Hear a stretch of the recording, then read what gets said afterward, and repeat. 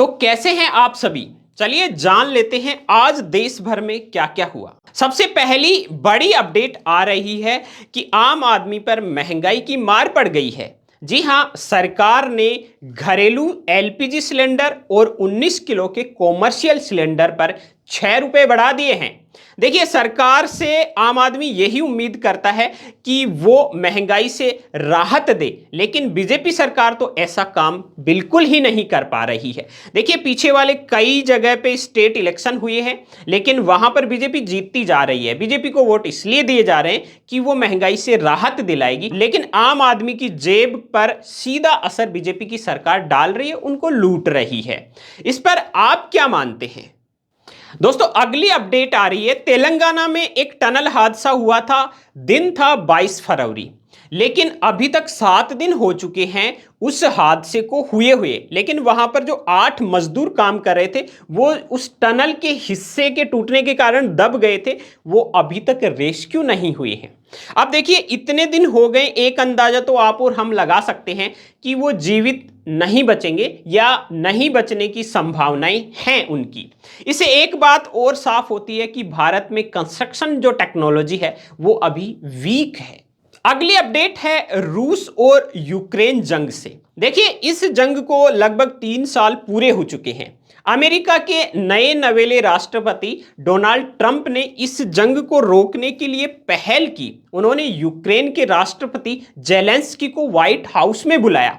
दोनों के बीच में कुछ देर बात हुई, लेकिन वो बात बहस में तब्दील हो गई। हालांकि जेलेंस्की ने यह कहा कि युद्ध वाले क्षेत्र को आप देखेंगे और हम किस स्थिति से गुजर रहे हैं तो आपको हकीकत का पता लगेगा, लेकिन अभी आप हकीकत से दूर हैं। बस इसी तरह की कुछ बातें हुई व्हाइट हाउस में और दोनों राष्ट्राध्यक्षों के बीच में तीखी नोकझोंक शुरू हो गई।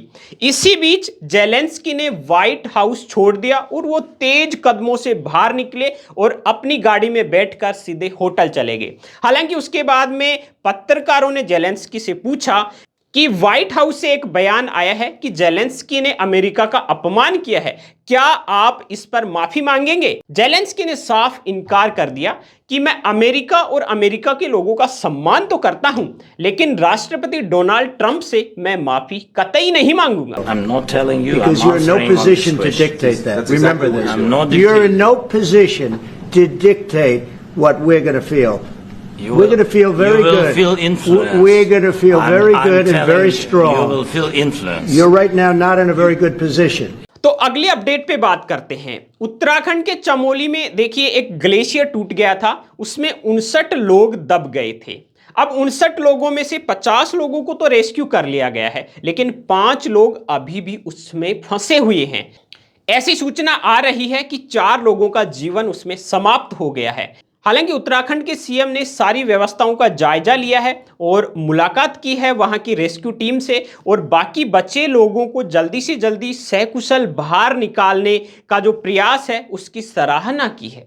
दोस्तों, अगली खबर आ रही है भारत के गृह मंत्रालय से। गृह मंत्रालय ने उन पुलिसकर्मियों और उन लोगों को बड़ी फटकार लगाई है जो अवैध घुसपैठियों को वहां पर शरण दे रहे हैं या उनको परमानेंटली दिल्ली में बसाने के लिए काम कर रहे हैं। गृह मंत्री अमित शाह ने कहा है उनको अब बख्शा नहीं जाएगा। दोस्तों, अगली बड़ी अपडेट आ रही है उत्तराखंड सरकार से। उत्तराखंड सरकार ने एक बड़ी घोषणा की है। वो सैनिक जो सेवा के दौरान शहीद हो जाते हैं या उनकी मौत हो जाती है, अब उनको मुआवजा 50 लाख तक दिया जाएगा। दोस्तों, अगली बड़ी अपडेट है बिहार से। कुछ दिन पहले बिहार में पढ़ाने वाली एक टीचर ने बिहार को रहने लायक नहीं बताया था, लेकिन इसी बीच अब बिहार में बच्चियों की जान से भी खिलवाड़ होता हुआ दिख रहा है, क्योंकि वहां पर स्टोरेज में कैंसर की वैक्सीन पड़ी है, लेकिन वो लगाई नहीं जा रही है। बिहार सरकार की इस लापरवाही पर आप क्या कहेंगे?